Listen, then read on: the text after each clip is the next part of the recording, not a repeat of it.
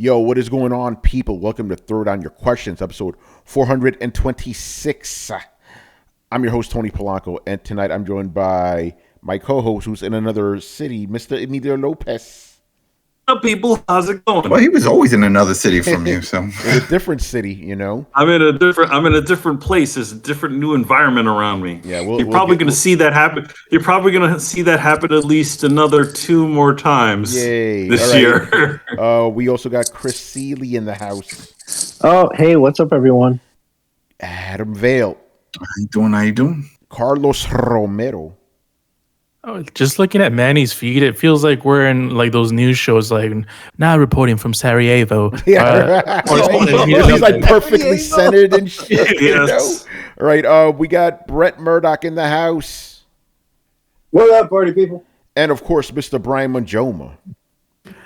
Agent down. I repeat, agent down. Uh-oh. yeah. We got to give a shout out to Mr. Broyles, man. Lance Reddick passed away, which is very upsetting, you know? Yeah, like just out of nowhere, too. Yeah, I was really random. Like, what the fuck?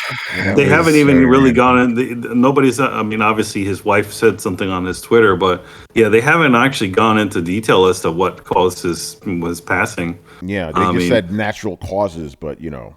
Yeah. But I mean, it's a weird one because he wasn't at the John Wick premiere. He was supposed to be, but he was at home. So I don't know. Maybe he did know something was wrong. He just wanted to be home with his wife and dogs. Yeah, pretty much. But who knows? Yeah. But Manny, where are you right now? I don't know how much you could say. I am in San Francisco for a certain gaming event or industry event called GDC. Yes. Yeah, you're probably gonna see a lot of our friends out there, so that's gonna be fun. Yeah, I already looked through a lot of the things there. I saw Khalif is on there. He's got a couple of panels he's doing, which is pretty cool. I mean, I don't know if Danny and Paris are in the streets. I know the Paris. I believe shout out to him. Yeah, shout out to Paris. He's going through some stuff right now. He's got some things going on. I mean, there's nothing. He hasn't found anything out yet. They're still waiting for tests to come back. But yeah, it might be a blood clot. If it is, yeah, shout out to him because I've had that. It is not fun. You know, that shit is not fun. And Brett, aren't you going through some of that too? Do some of what now? The blood clot stuff. Isn't that something you kind of have to deal with yourself right now? Nope. Okay. Oh, good. Thank God. Good. No, you're thinking about the groin stuff. Yeah, that he about. No. He was telling me something about some blood clot stuff. I was like, ugh. You know, that stuff is nasty. It won't kill you, but it's just. I mean, it could kill you actually if it goes into your fucking brain or whatever. But in your brain, But like living with it is not terrible, but it's just you got to give up alcohol, which fucking sucks. You know, I remember I had to do that shit. I had to take medicine for like a year, no alcohol, because the shit, because you're already on blood thinners, right? By the way, blood thinners it's rat poison. I'm not exaggerating. The doctor literally told me this is rat poison. You know, it thins your blood. So if you drink alcohol, which already thins your blood, not a good combination. Well, you know, no wonder there's so many rats in New York. They're giving the poison to the people. You know, shit is crazy. Anyway, yeah, shout out to everybody. Stay in good health. Yeah, very upsetting about Mr. Lance. You know, great actor, and obviously for gamers, you know, he was in Destiny and a bunch of other stuff. Oh, you know, and everything. He was in Horizon Zero Dawn. You know, he was in both of those games. He was a major character. You know. Yep. So yeah. Anyway, without further ado, I know rough segue there. Let's get into some questions. All right. This one we've kind of answered before, but may as well. This is probably one of those things we probably have to like bring up every 6 months or so, especially now, you know. Mob Hits. How well has Phil Spencer managed Xbox from 2017 to the present? All we know is that he just bought a lot of studios. Yeah. That's it. Until they start producing, that's all we know. He focused a lot on just buying up studios so he can build up that catalog, but we haven't seen much materialize from it. So, because like he bought a lot of studios. Yeah, because in the beginning, obviously, right? You know, he was trying to clean up the mess of Mr. Don Matrick made. But you know, there does come a point where we have to be like, okay, what have you done? I remember I actually did a Tony's Take on this like 3 years ago where I was like, okay, dude, you've been here 4 years and you haven't done anything. Really? What's going on? And it's funny, at that time I said the only way Xbox is going to shake off the bad rep they had is with a new console.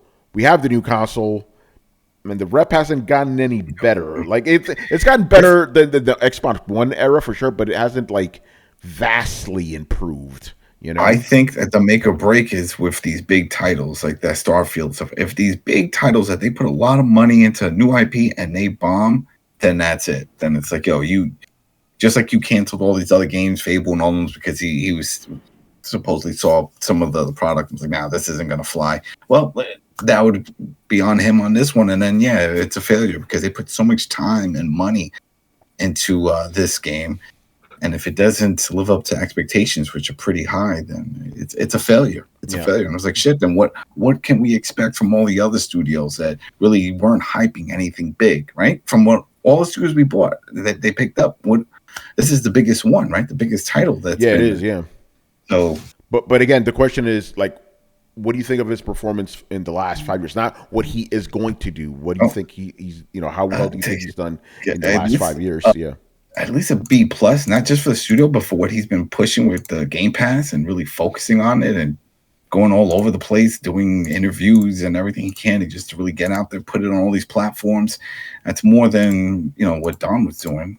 So, yeah, I'm gonna go down the line here. Why not, Manny? How well do you think Mr. Phil Spencer has done managing the Xbox brand over the last 6 years? I mean, again, like I think before, there's a lot of potential. There's been a lot of potential for a while now.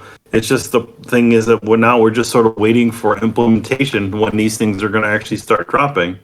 Because it's like, the Game Pass seems to be doing okay, and he made these acquisitions, but officially we haven't seen anything yet.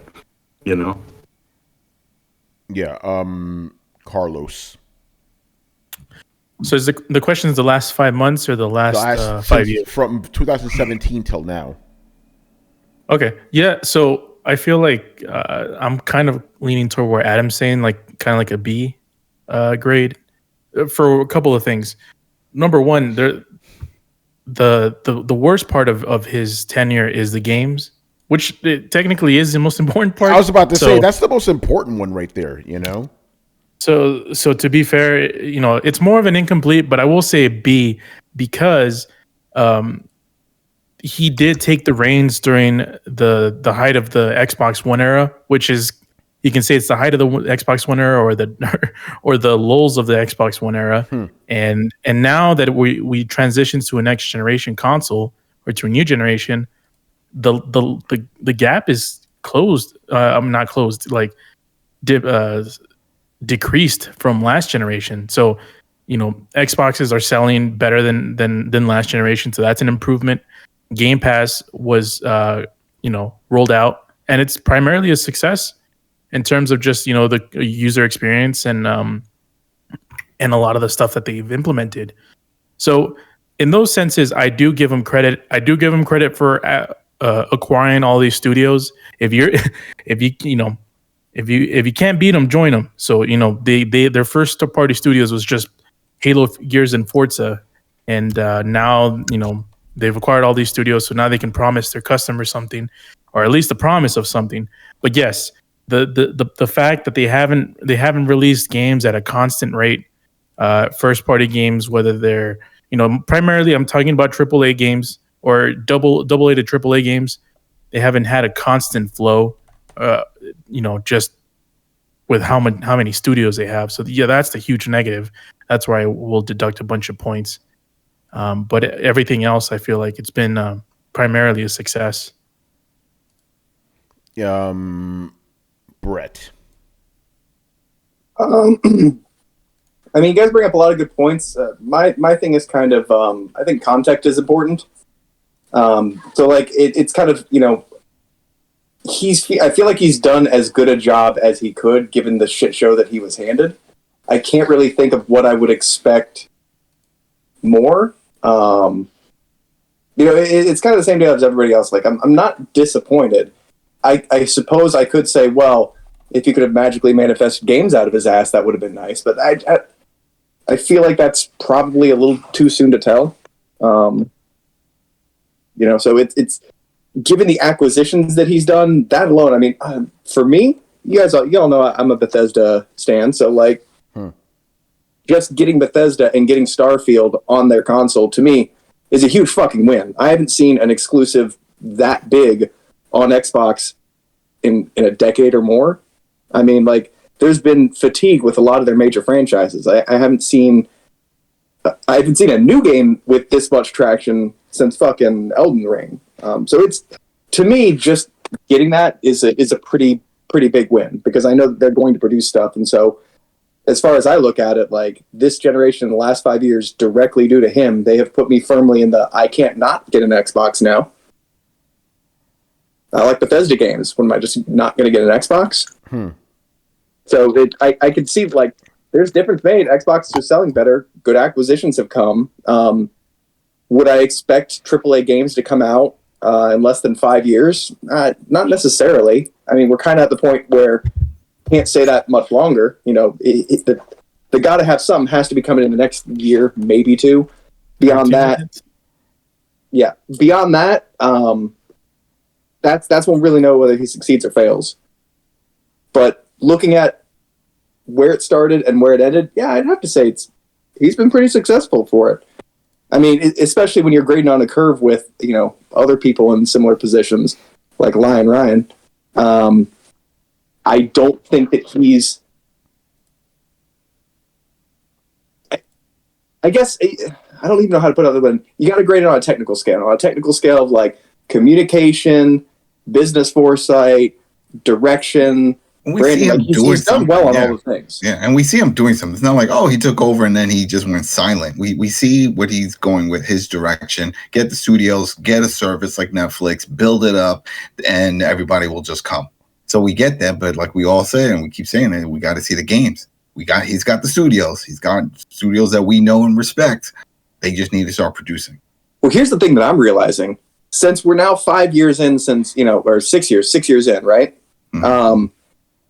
Anything that was before Don Matrick would have come out by now, which means that they didn't have fucking anything in the pipe. When everybody was bitching about need to get games, he went out and acquired the studios because clearly he had to be looking down the pipeline being like, seriously, we don't have fucking anything, nothing in development, nothing big. Great. All right. We're going to have to spend some fucking money. But, I'm happy. I like my Xbox. It's justified the purchase for me. I've saved a bunch of money from Game Pass. I think we talked about it. I saved like $140 at least just in the last few months. So as far as I'm concerned, he's doing a great job. All right. I guess I'll go next. All right. So Brett, for your sake, I'm going to do two of these. I'm going to do the objective one. I'm going to do a subjective one. All right.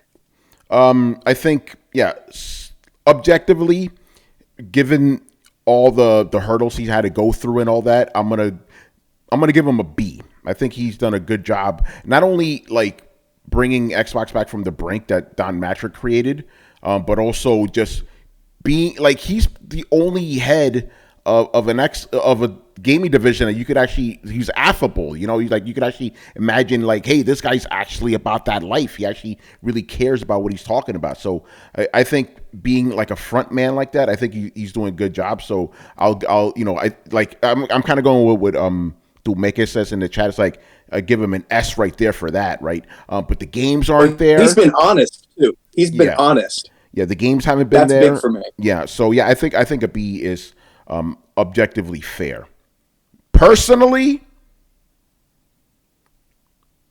I'm giving this shit a D.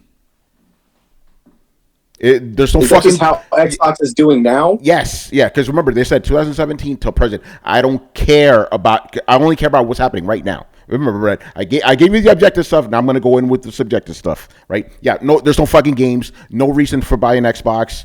No, it's like I like Phil as a person. I think he's a good like front man or whatever. I know front man's for music, but whatever. There's no fucking games. It's a waste of time, So yeah, I'm giving him a D. Like, nah, dude. Like that could change. Obviously, it's a sliding scale, but right now, womp womp. All right. And Halo Infinite was under his watch too. So. Yeah. Listen, it's just Xbox has been really bad this generation for me. All right, Chris. Well, I can't really argue with what you just said. He does lose points for the lack of games. Like the whole reason you buy a system, you're spending hundreds of dollars on a console, is for the exclusives. And he bought 14 studios, 2 of the major studios. I mean, one pending, but still, that's probably going to happen. And then what do you have to show for it? Nothing yet. But I will give him that Game Pass was a great idea. So much, if other companies are imitating you, you got Sony to imitate you. You got Nintendo to imitate you in their own dumbass way. So there's some success in that. Like if they're imitating you, you know that you did something right. So in that, and I think he's one of the more approachable CEOs. He's likable, like Reggie was. So out of the current crew, I think Gordon Ramsay Jr. is a failure, and nobody gives a shit about Doug Bowser. Yeah, they just suck. Nobody likes Jim Ryan, and Doug Bowser's I don't know, when they let him out of his office to speak, he speaks for 5 minutes and makes no impact on anyone. So in that terms, he's likable. So I get what you're saying, the subjective and objective. And objectively, yeah, you do have the core thing is the games, and so they're very much lacking. So I would give him, I would just average it to a B minus. There's room for improvement. If there's an explosion of games, that's there it is, all the fruit has come to bear finally, and we got all this stuff, then absolutely, I'll give him full credit for that. Yeah, I wanted to give him a B minus too, but I give him just an extra point because I think the guy's cool. Oh, by the way, I got to say this about Reggie Fils-Aimé, right? Because I actually talked with the guy one-on-one. Remember, this is him not being CEO of Nintendo anymore. Actually, a pretty cool dude. Actually, a pretty cool dude. He didn't have that fakeness about him that I know. Chris, I know you've talked to him. You've seen that yourself. Oh yeah. He used to give lectures on our strategy to us, and he was in a mode. There's a mode where he talked to you, right? But if we talk to him, I've talked to him one-on-one a few times, and he's very, very likable. He's very nice. But he's always had to be company man, right? He's the guy representing Nintendo. So I've never spoken to him outside of that. So that must have been an interesting conversation. Yeah, it was. Yeah, it was this is just talking to him, right? Because we had the New Yorkness about us too, So we had that, So it was good stuff. All right, and Brian, what do you think of Phil Spencer's performance so far? I'm most like a mix of everyone where I think he's done an okay job given what he had to deal with. Obviously, I would like him to do a better job. Again, as Tony said, there's just been a lack of games output. So he definitely has to improve on that aspect. But again, as people have mentioned, he's probably responsible for Game Pass, and since Sony decided to emulate Game Pass, then he's definitely not doing that bad. Yeah. I mean, if you get to if you get into a position where Sony emulates you, then I don't think you're doing a bad job at all. Yeah, I think that's fair. All right, good stuff. Let's move on to the next question here, also from Mob Hits. This is an interesting question. With recent reports saying that Sony had issues with the Bethesda acquisition, is the real reason Sony sounds bitter about that deal because it wasn't able to secure exclusivity on Starfield like it did with Ghostwire and Deathloop? Who knows? I think so. Yeah, it's still all hearsay with that. It's still all hearsay with that. I hate this.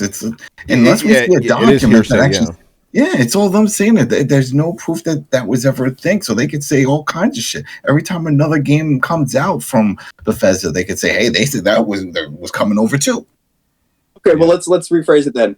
Does Sony feel salty about not getting Starfield?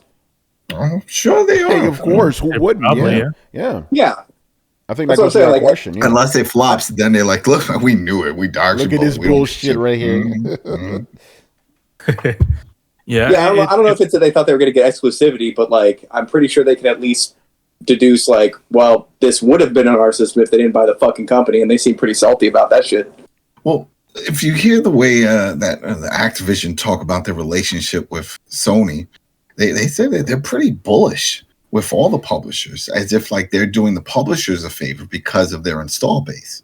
Well, they do the deals. Yeah, they do the deal, and that's why they did that deal where they gave Sony a discount, because Sony was like, we want a better deal, or else like we're not going to carry it, as if they could do that, when clearly that's not the case. If anything, this whole thing really is a smack in the face to Naughty Dog and all their first party studios, because they're making it seem like their studios can't carry the weight of a Call of Duty.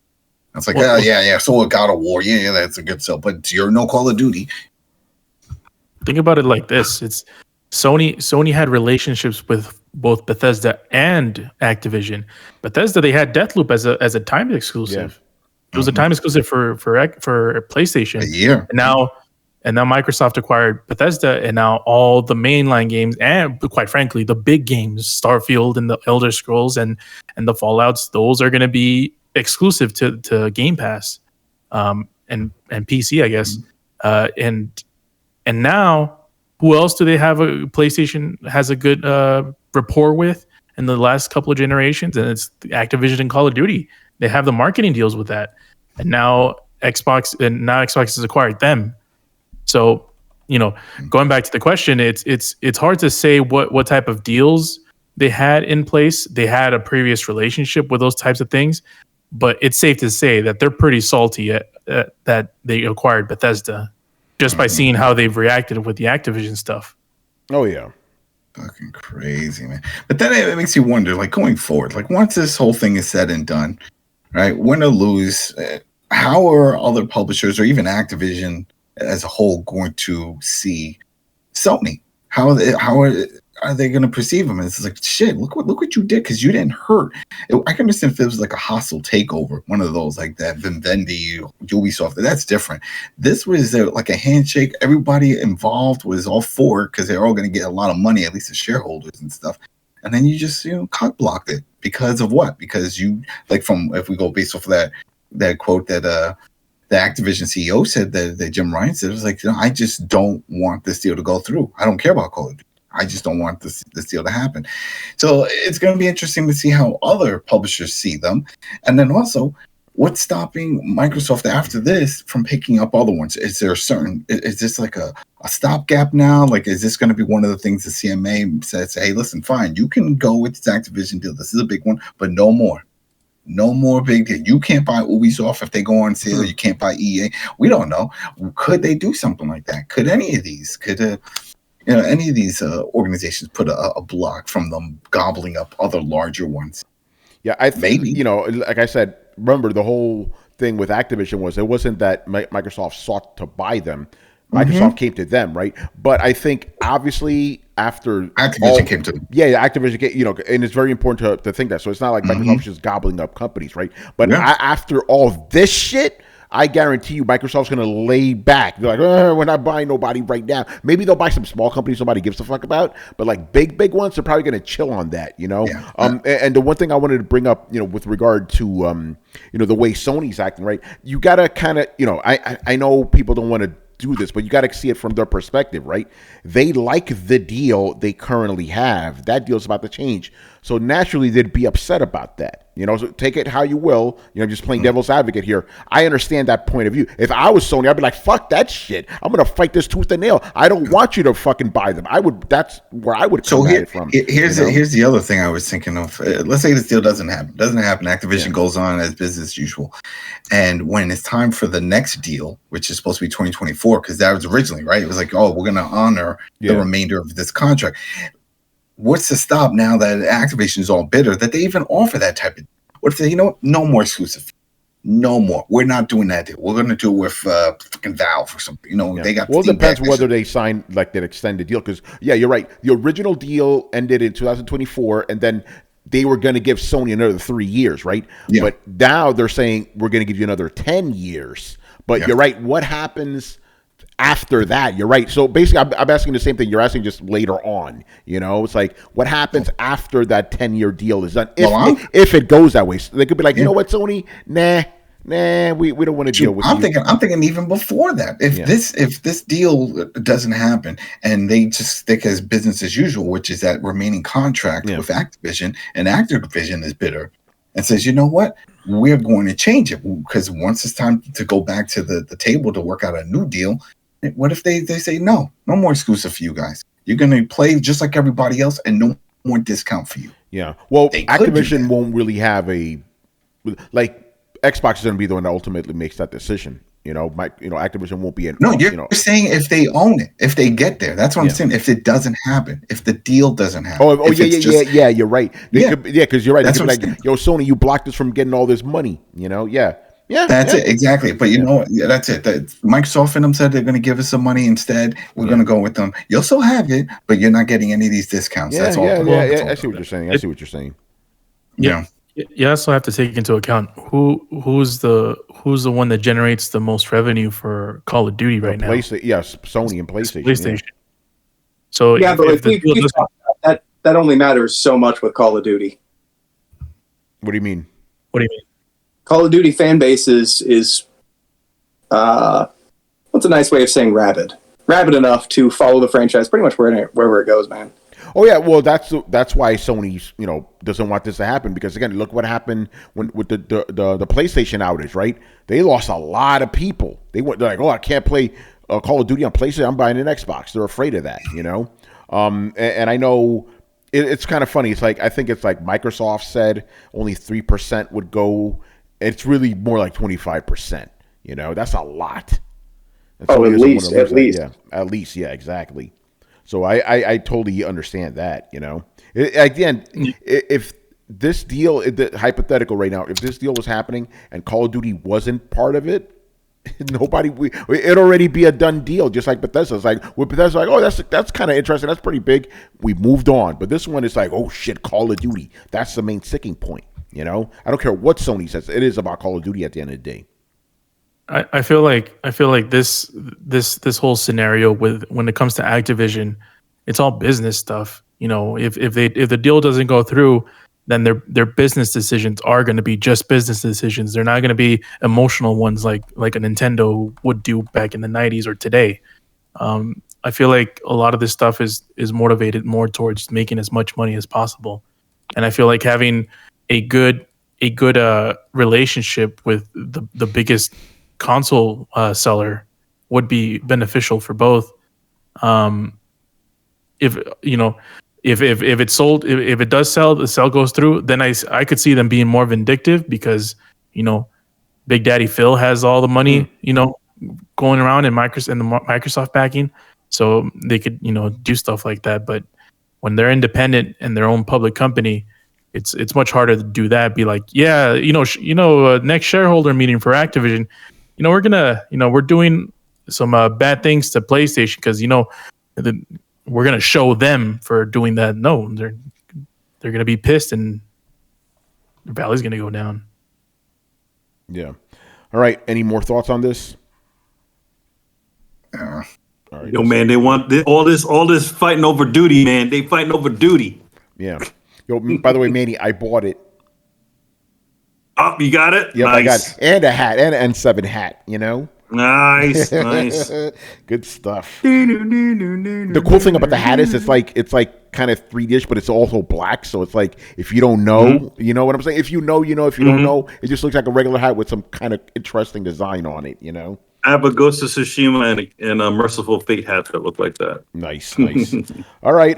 Next up, Mr. J Shep, man. All right. First question here. There have been reports that indicate Spider-Man 2 will feature new dialogue technology. Depending on the technology, this might be the next-gen experience we're looking for. What are your thoughts? Is this somebody trying to do the Nemesis engine? Because if so, please do, because if you guys been listening to Throwdown, we've been around, right? When Shadow Mordor came out, right? Lord of the Rings Shadow Mordor. We were like, yo, this Nemesis system, this is fucking next gen shit. And to prove a point, right? You could like it was on the Nemesis system was on PS4. It was not available on the PS3 version. That's next gen. If it's not available on the previous console, automatically next gen, right? So anything that's even approximating that would be cool. But the problem is fucking Warner Brothers, they have a patent on this shit. So I'm wondering, can anybody get away with doing a version of it legally? You know? No, they patented the fuck out of it. Not just like every piece of it, as well as how it works together, as well as the overarching kind of main idea of it. So I'm pretty sure they have down to the idea. They've patented down to the idea of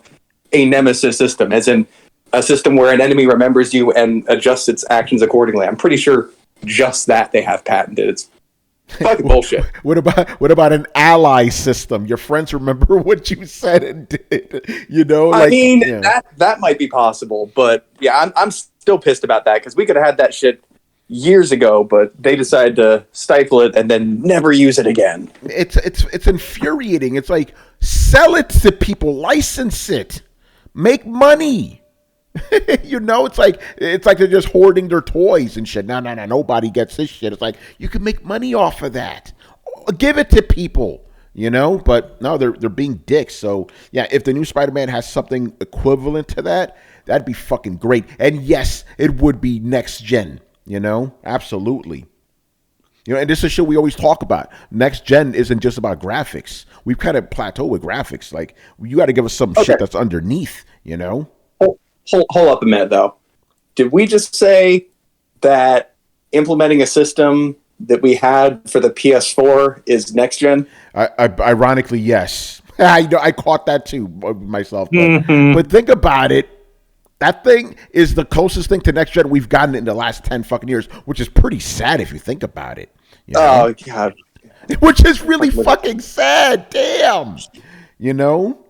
But it is what it is, man. But yeah, I welcome that for sure, you know. But they should do the Telemundo system where Miles Morales is able to speak better Spanish. You know, that Telemundo edition. Blitz says Suicide Squad will remember how shit it is. Yeah, that game's dead on arrival, man. Don't, you know, fuck that. All right, moving on here. Another one from Mr. J. Shep. It's 2023. Gaming has been around for decades, and people still refuse to recognize gaming as a constructive hobby for adults. Why do gamers get so much hate? Ooh, what an open question this is, man. There's so many factors here. Who wants to start this off? And like, this is something I've said, and this is also a problem with comic books as well. That name hurts people. Like, it hurts the genre, right? You see game, you automatically think thing for kids, right? Comic books, it's a funny thing, right? But it's like the name isn't giving you an idea of what it actually represents, right? Like, I think, but it's not as catchy, right? Video game is more catchy than interactive entertainment, which is an actually like accurate description, right? Interactive entertainment, you know, but that's not as catchy as video game. So that's been a problem since the get up, you know?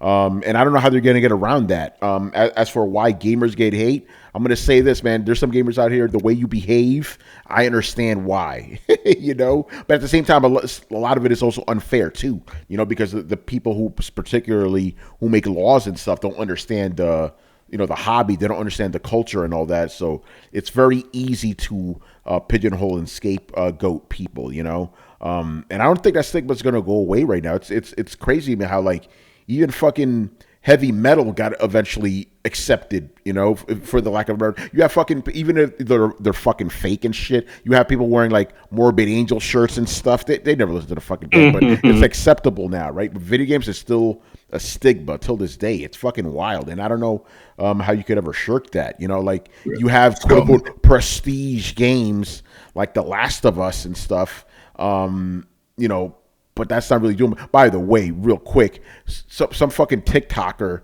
they made a video going, "Oh, why didn't you tell me video games were this good?" You know, because she saw the Last of Us show, she was like, "Why didn't you tell me?" You know, that stigma still persists. You know, but going back to what I said before, the way gamers reacted was fucking abysmal. You know, like they're like, "Oh, you fucking bitch! You should have known about this." You know, it's like she.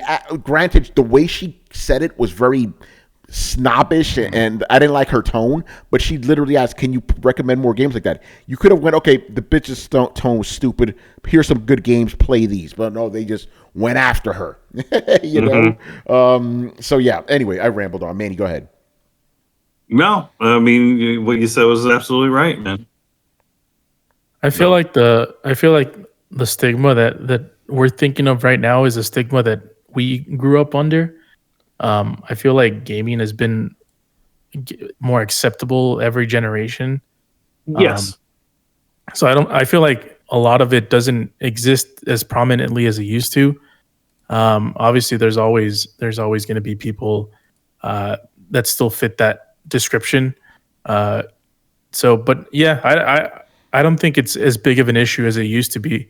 In particular, where a lot of the older generation play games like on their phones and stuff like that. So it's not like something that's I don't know, Carlos. I kind of disagree with you because like normie media still treats it like it's the fucking 1980s. No, but that's the old people. You got to talk to young people. You have to talk to kids. Like I talk to my kids. They go to school and they're talking to their friends, and they all play games. Yeah, they all play games. It doesn't matter what console. It's like, oh yeah, my friend played this, and boy, girl, doesn't matter. It's not that thing anymore. Even parents, a lot of the parents that I'm meeting, they're of our generation. They have consoles. So it's like the guy across the street, and he has his kids stuff, and he's like, "Oh yeah, I just bought a PS4." He's a little behind, but he bought some. So. Adam brings up a good point. Back in the day when we were in school, our own classmates would stigmatize us for playing video games. Yeah. No, and I think you bring. Yeah, no, I think you're right.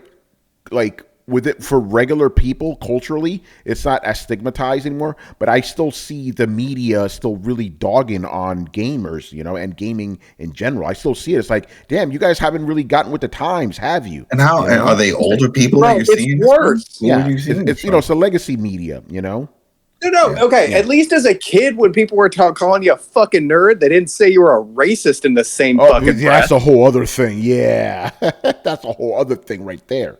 You can say that about I guess misogyny is more the relevant term in that, but like still, man, like you used to like get made fun of for playing video games, but like people didn't fucking hate you. So like it's gotten better in ways, it's gotten worse in ways. Brett, do you remember this meme? It was like gaming journalists in the 90s, right? The game you like is awesome, right? Gaming journalists in the 2000s. The game you like sucks. Gaming journalists in the 2000s. The game you like is racist. I'm like, that's pretty accurate, Yeah. And that was 2010. What is 2020s,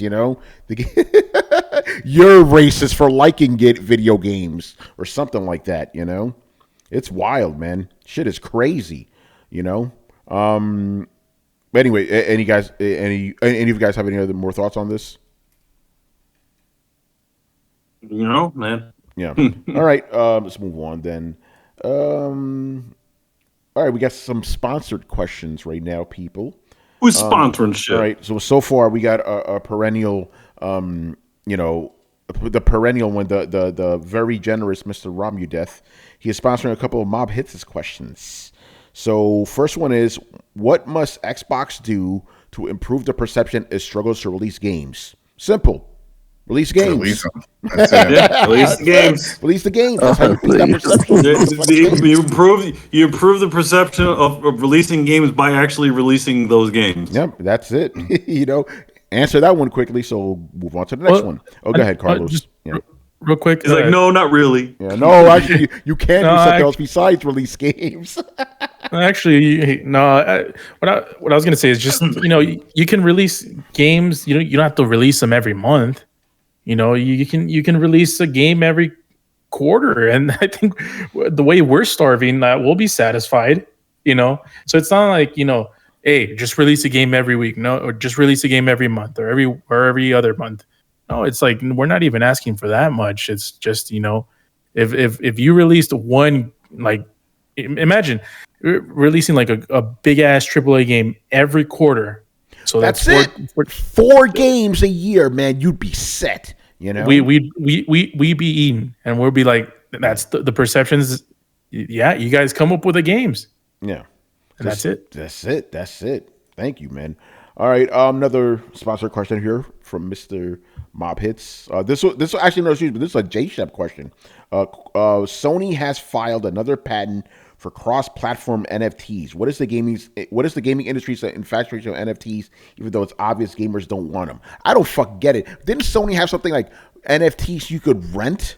How absurd are we getting right now? Like, okay, first you're buying something that's not real. Now you're renting something that's not real. This is fucking stupid. You know, I thought we were over this already, you know? But again, the gaming infatuation with this is the same way as everybody else's was. They thought it was some, you know, ooh, how can I get rich off of this? You know, exactly. I remember this meme. It was perfect, you know, for this year, right? You know that one where it's like you have the old lady in the pool and stuff. She's like catching a kid, and there's a kid drowning and shit. There's a skeleton under the water, right? What? So, yeah, you know that meme, right? No. Okay, so the meme is there's an old lady. She's waiting for a kid to come into a pool. Kid's all happy and shit. Then there's another kid who's kind of just drowning, and then under the water is a dead skeleton, right? So you basically do that with you know, with things that are interesting. So the old lady is 2023. The kid she's about to pick up is fucking Chat GPT. The kid that's drowning is the metaverse, and the kid the person that's dead is NFTs. I'm like, yeah, that's pretty perfect. You know, like what else are we going to move on to next? You know, so it is kind of funny where like when you hear the random NFT stories, like we're still talking about that. I thought shit was dead. I thought you guys have moved on to something else right now. You know, I thought it was all about Chat GPT right now. You know, and poor metaverse is just struggling there. You know, but yeah. I don't know if anybody has any questions. I think the whole NFT thing is fucking stupid. You know. I don't understand why you think it's gonna die. It's already dead, basically. You know that it just came up on it. No, my thing is like I don't understand why gaming companies are still like trying to go with this, where it's like no one gives a fuck, man. It's over. You know, at least in gaming, it's over. You know, even you know, yeah. Go ahead. Anytime a company can find out a way to suck as much money from a consumer base as possible, they'll come up with it. Yeah. And you know that's why NFTs are so prominent with all these companies. Like, oh, we're thinking about doing NFTs. Oh, you know, Square Enix is doing this. Oh, Ubisoft is thinking about doing this. So Sony is thinking about doing it. They're just trying to suck up all your money, and that's all. That's what all this is. Yeah, exactly. So it's no surprise that it keeps coming up, and you know, it's going to keep coming up every year because I don't see this going anywhere.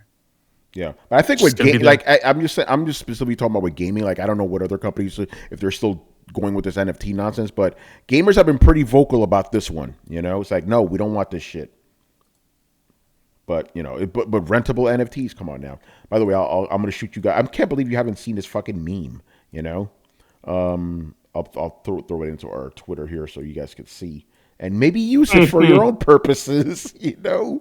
Replace the text with your own text. Yeah, no, and this one is clean. There's no text on it whatsoever, you know. All right, go ahead, Carlos.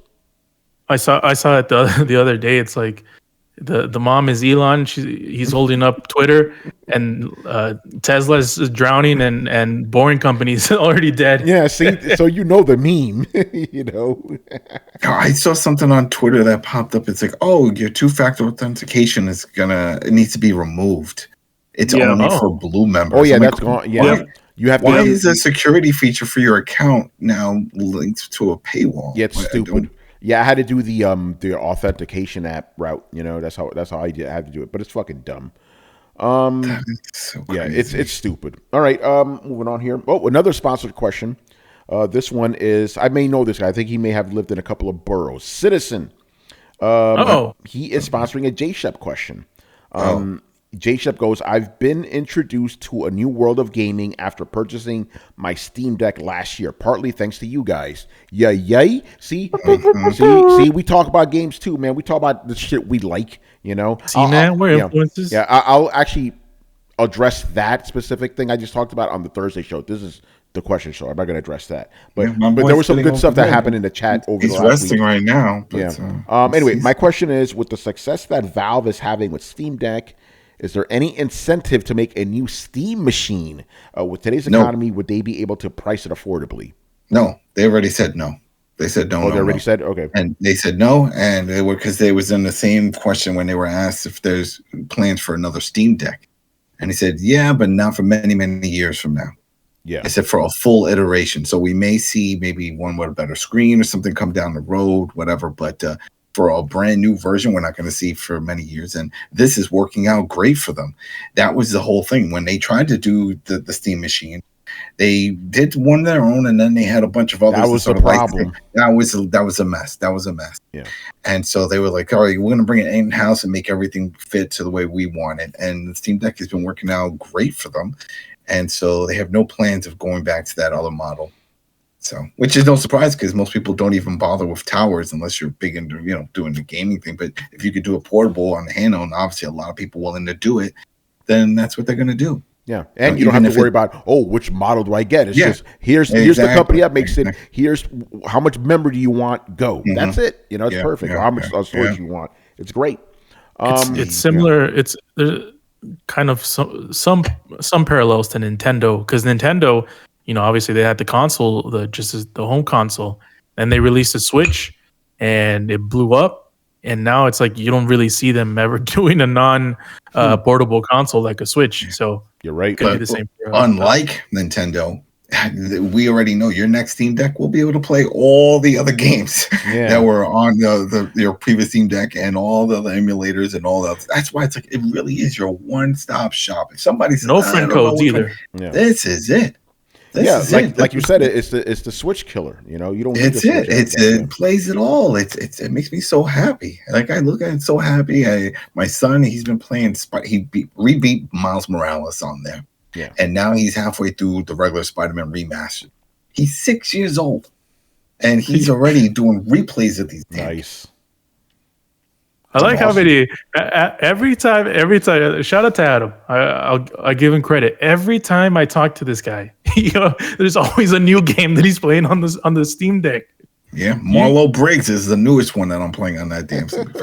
I posted on Twitter. I posted it in the chat. Check it out. People in the chat, look at Marlo Briggs. You're gonna be like, why did I not see this when it came out many years ago? Over 10 years old? That game, Marlo Briggs.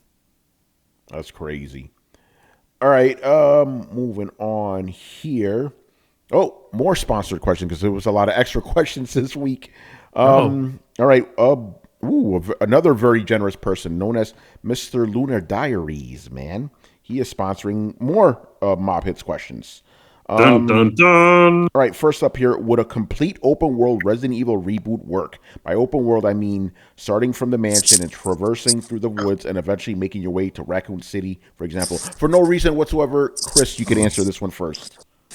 Oh, yeah. I'm going to play it safe and lean towards no.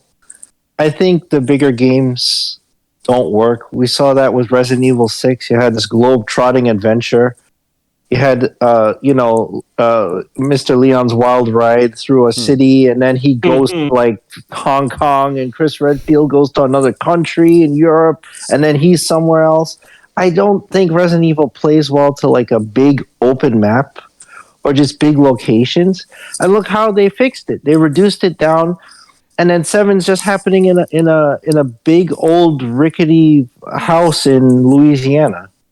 It's like the narrow corridors, the dark spaces, that kind of stuff, just shrinking it down, it was actually helped it. It saved it. So I don't think that the open world would suit it well. I'm going to say no. And the spin-off games that did it too, like Operation Raccoon City and all that stuff, even though those are more like SOCOM, they're not really open world games, but they still had big maps. It doesn't work. It doesn't work too well. Yeah, I'm going to agree with that. I don't think that game could work in open world, Like, yeah, what about, is there anybody who thinks it could work open world? I'm having Resident Evil fatigue right now. This is too much. There's too much Resident Evil. It's like with 7, I restart playing that again. Then the Village was on, so I picked that up, started playing that. And then all the other ones, it's the new 4 and all that. I can't do it. Yeah. Brett, you were saying something? I think Resident Evil would actually probably be pretty uniquely adapted to an open world. I mean, like, think of The Division, right? Like, okay, so where the fuck are all these terrorists always coming from? I just killed like 6 down the block, and like I come back 4 hours later. Russia. They're from Russia. Exactly. Like that's what I'm saying. Like zombies could actually provide. I mean, we've seen like Dying Light. The idea of like here's a kind of collapsed city full of zombies. Like I think that could honestly work with Resident Evil, depending on how they did it. I'd love to explore Raccoon City right after the outbreak. That'd be kind of cool. But would it be a horror game at that point? That's what I'm saying. It seems like an action game at that point. Yeah, that's kind of my main thing. It's like once it's open world, it's not. Isn't it already? Scary. And it depends on the game, obviously. You know? Yeah, like Resident Evil 2 is not like action. Well, The Last of Us could have been Resident Evil. If we slapped Resident Evil on it, that could have worked. Well, sure, but it's all those are all slower paced games. Oh yeah. When you get into open world, like when we were playing Division's fast paced. Yeah, it's fast, and so is Dying Light. You're running around parkouring everywhere. That's not Resident Evil. As soon as you deviate from that formula, that's what happened with 6. 6 deviated too far from the formula. You had half Call of Duty and half whatever Leon's campaign was, and it's like, what the hell is this? It's not Resident Evil. That's why people rejected it. Leon's campaign is the reminder that it's horror-ish.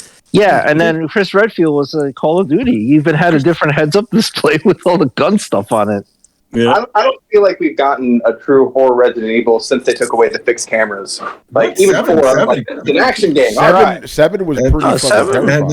That made it. I went my shorts. That made me a little freaky. Yeah, they returned to formula with 7. That's why it has come back so strong, because of that rebound.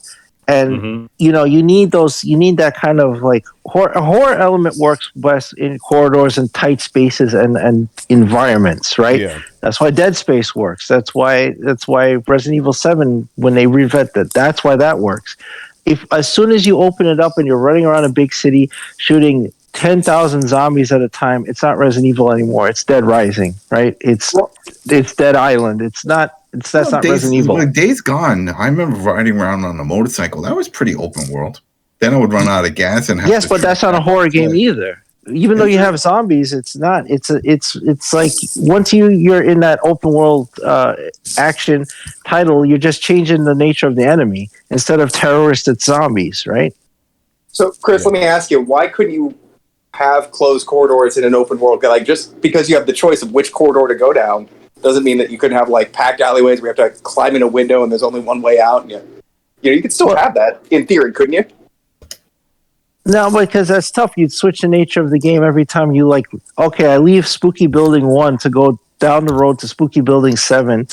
But then in that interim, right, either if I want to keep the atmosphere, I have to make the streets empty and I just get in a car and go to the next spooky house. Or you're saying I have to shoot my way down the street. And no. I'm saying there is no street.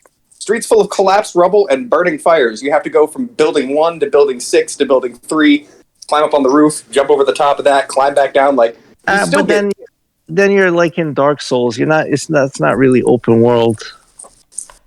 Right, you're kind of guided. If you're saying like, well, I can go from building 1 to 3, but I can't go to 1 and 2, and I can't walk this way because the roads collapse, but I can walk this.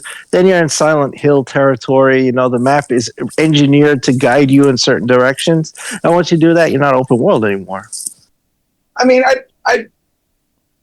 I disagree with that to a certain extent, but I get what you're saying. I guess I'm thinking of like, if you played a game that was like a earthquake disaster, like you're trying to climb through rubble and get through buildings that have no power and shit like that. Like, I just don't see why. Like, I guess you're right. Like, it wouldn't be a horror game, but like, I don't really know that things other than Dead Space are horror games. And if we're advocating a return to formula for Resident Evil, sure. But if we're going to go the Resident Evil 4 formula, fuck it, let's go. Let's just have the whole game be the beginning of Resident Evil 2, because that part was honestly one of my favorite parts.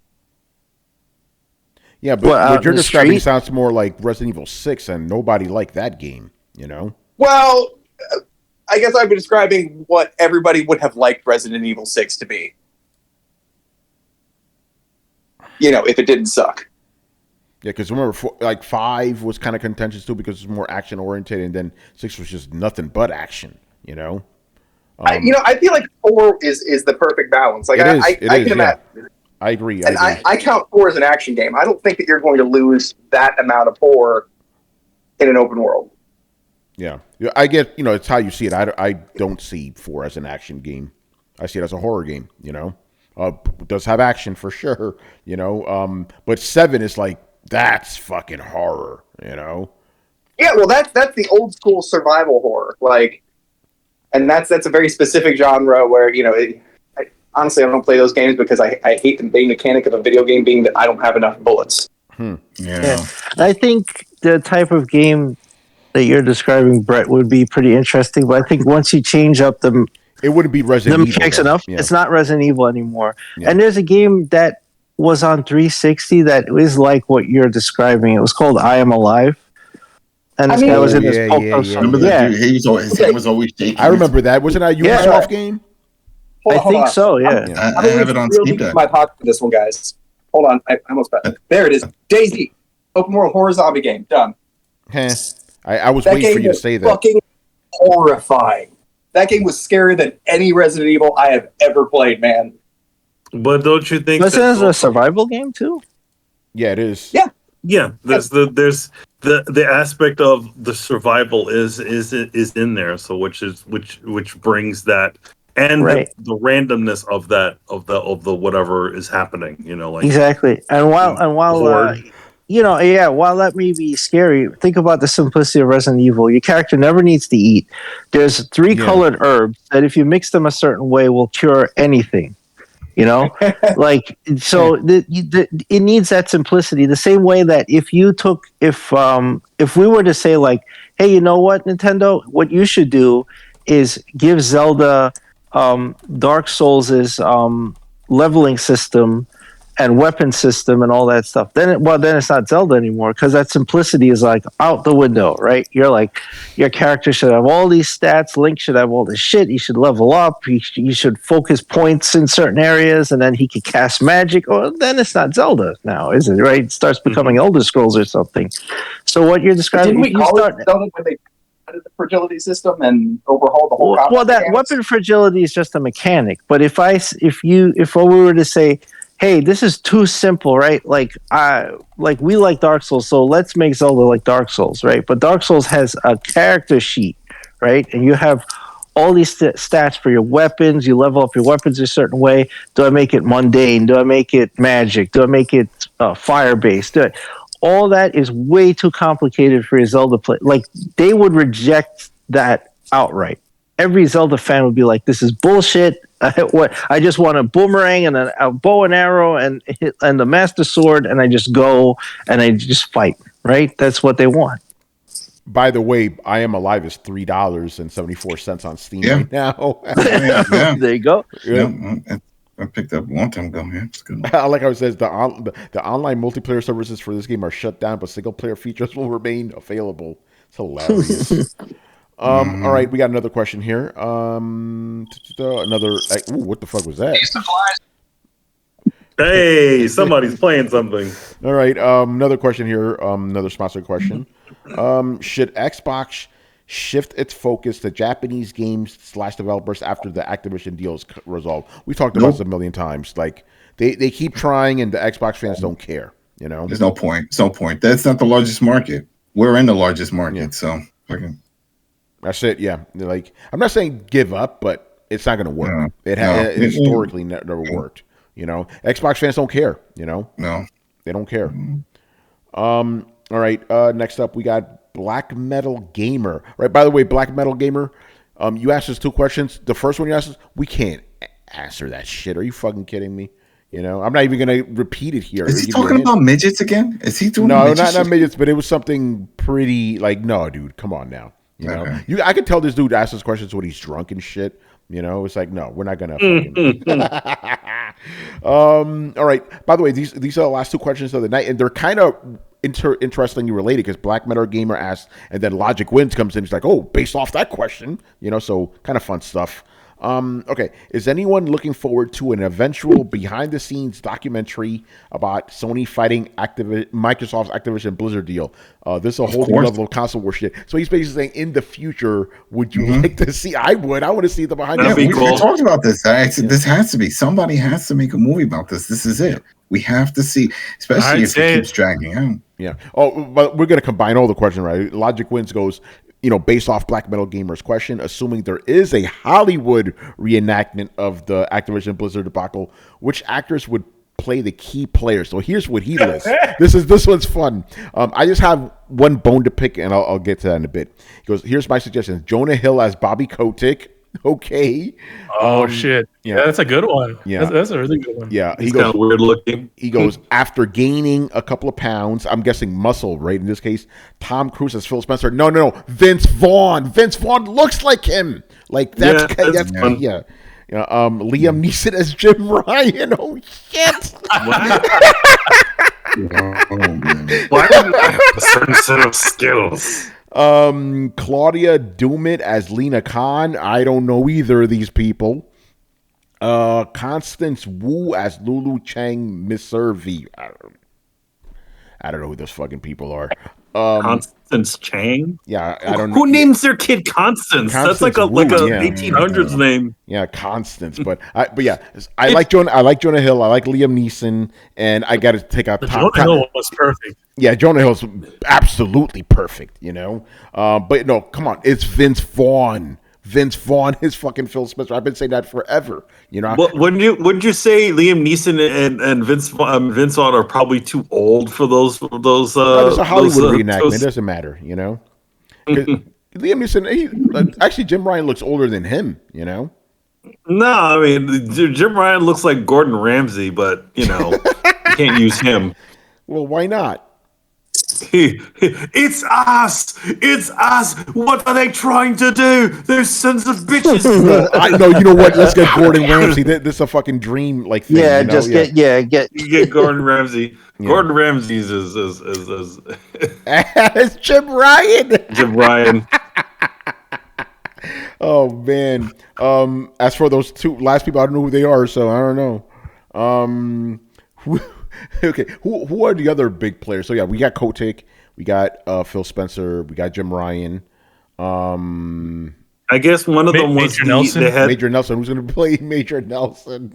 Well, is he even involved in any of this? We don't hear. No, he's not really. He doesn't. Yeah, no, that's what I'm saying. He doesn't talk about it. Aaron Greenberg. Who would be Aaron Greeny? Who would play good Aaron Greenberg? Colin Farrell in makeup. Man, that could anyone in those roles, yeah. Jason Sudeikis as Major Nelson. Yo, Tony, ask me what's the name of the CEO of Microsoft? Nadella. You know who's gonna play him? Who's gonna play the dude from Harold and Kumar? Ben Kingsley. Ben Kingsley. Oh no! I thought he was a smaller guy, though. I remember seeing him. He was a really small guy. So is Ben Kingsley. Is he? Yes. No, but we got Ben Kingsley in this shit. Yeah. I guess that's right. Give this movie some class. Ben, Logic Wins like some suggestions. Man, the truth is, I'd rather just see a documentary. I'd rather see I want to see a documentary. Because a bunch of these dudes retired in their own words, sit down. It's like, this is what happened. This guy called me a prick while we were in the cafeteria. Jim Ryan's like, I really hate that jock. I like Manny's suggestion because Liam Neeson's too intimidating. Jim Ryan would sound like he wants to kill somebody. No. I have a certain set of skills. Yeah. That's too badass for Jim Ryan. Yeah. All right. That was good. That was good stuff. All right. That's the show, people. Good stuff. Good stuff. Do we have anything to plug around here? Not me. Yeah, and I keep saying The Walking Dead. Fucking The Last of Us is over. Oh yeah, that finished last week. That's it. That's done. And we, myself, Richard, Billy Jr., Carlos, we covered that. So you can check that out over at the Coalition Gaming on that new channel, which we're trying to build up. It's just going to cover gaming stuff and then gaming-related content like movies, TV shows, and stuff are related to games. So that's what that is. And that's it. Just keep checking out the site. More reviews and stuff. My review of 2K23 WWE goes up tomorrow. Love it. So that's it. I Am Negan is in hiatus. Yeah, until whenever they decide to stop pushing back all these shows that are finished. That's the sad part. It's one thing. It's like, oh, they have production issues, COVID. No, these are already finished. We know this because the cast members keep talking about it on all the social medias. Yep, I'm done.Moving on to other stuff. Like, then it's just AMC holding on to it, whether they're trying to stretch out the content on their TV schedule or whatnot. But yeah, we're just waiting. Yeah, and then we'll be back with that. Good stuff. All right, people, make sure you follow Throwdown on Twitch and Twitter. Join the Discord where the conversations and the rumors are always popping. You can also find us on any podcast app on the planet by searching for Throwdown Show. That's towards Throwdown Show. Throwdownshow.com to listen to past episodes. And if you've been watching us on YouTube and enjoyed the content, make sure you hit like, subscribe, and hit the bell to be notified of when our premieres go live. Links to everything down below.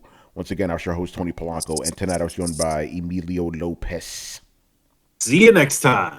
Chris Seeley. Hey, take care, everyone. Carlos Romero. Peace out. Adam Vale. Steam Deck for life. For life. Brett Murdoch. There's this. And Brian Manjoma. So they've launched an internal corruption investigation. I wonder how that's going to turn out. Oh, boy, you got to tell us about this shit. All right, people, we'll see you on Thursday. Later. This is Latest.